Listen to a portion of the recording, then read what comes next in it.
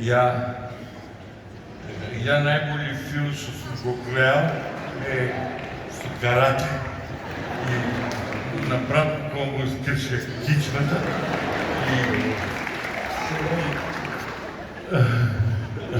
он беше, он отиде сведи таму, нешто се закачија и он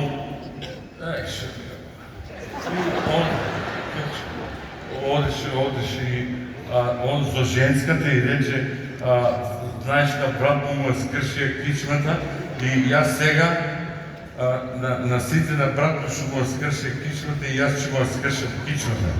И он одеше и женската нему му викаше, не се чачни со тие, гони ги у пичку материн, ама он беше главом крозити и речи на сите да му скрши кичмата. И он отиде кај учителот што го вежбаше брат му и вежбаше и се навежба.